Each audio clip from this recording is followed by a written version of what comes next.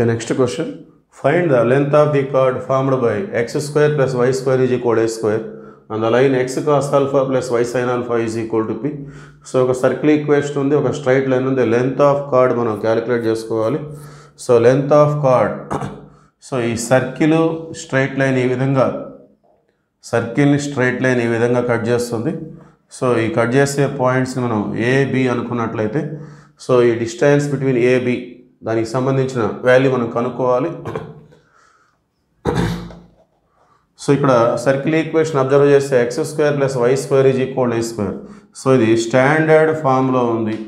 Standard form of the circle అంటే ఈ విధంగా ఉంటుంది, x square plus y square is equal to r square. Okay, so standard ఫామ్లో ఉన్నటువంటి సర్కిల్కి సెంటర్ యొక్క కోఆర్డినేట్స్ అనేవి ఈ విధంగా ఉంటాయి, 0, 0. Okay, so centre is always 0, 0 in standard form. Circle అనేది స్టాండర్డ్ ఫామ్లో ఉంటే సెంటర్ ఎప్పుడు కూడా 0, 0 ఉంటుంది. సో ఇక్కడ అబ్జర్వ్ చేస్తే రైట్ సైడ్ ఆర్ స్క్వేర్, ఇక్కడ A square. Okay, therefore R square is equal to A square. R కావాలంటే ఏ. సో మనకి ఆర్ స్క్వేర్ వాల్యూ కూడా వచ్చేసింది. లెంత్ ఆఫ్ కార్డ్ దానికి సంబంధించిన ఫార్ములా మనం చూద్దాం.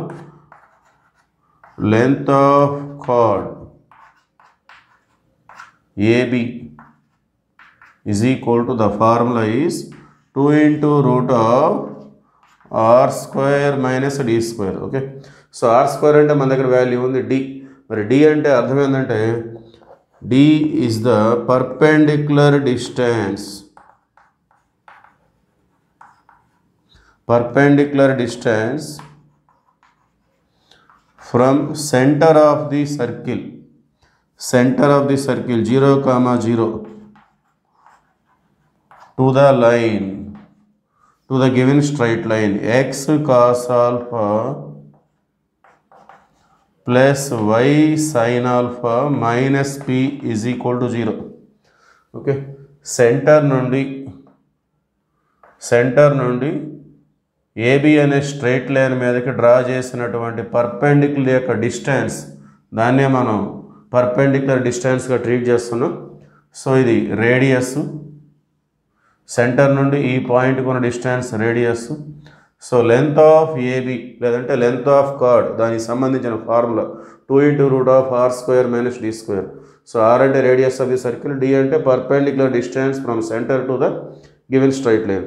ఆ పర్పెండిక్యులర్ డిస్టెన్స్ ఫార్ములా ఇది సెంటర్ ఆరిజిన్ దగ్గర నుండి ఉంది కాబట్టి ఆ ఫార్ములా ఈ విధంగా ఉంటుంది, modulus of C by root of A square plus B square. Okay, so centre అనేది 0, 0 అయితే పర్పెండిక్యులర్ డిస్టెన్స్ ఫార్ములా ఈ విధంగా ఉంటుంది, modulus of C by root of A square plus B square.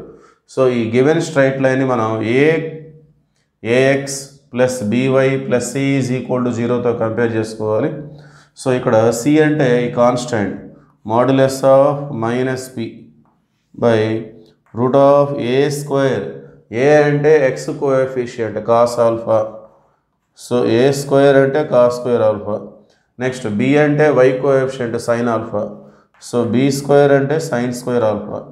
Modulus of minus P అంటే P by under root cos square alpha plus sine square alpha అంటే 1, so root of 1, so P by 1. So finally it is equal to P. Okay,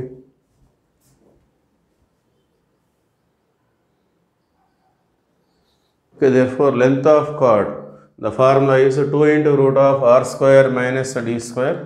Now substitute the values. r square అంటే మన దగ్గర a square ఉంది, d అంటే we get p.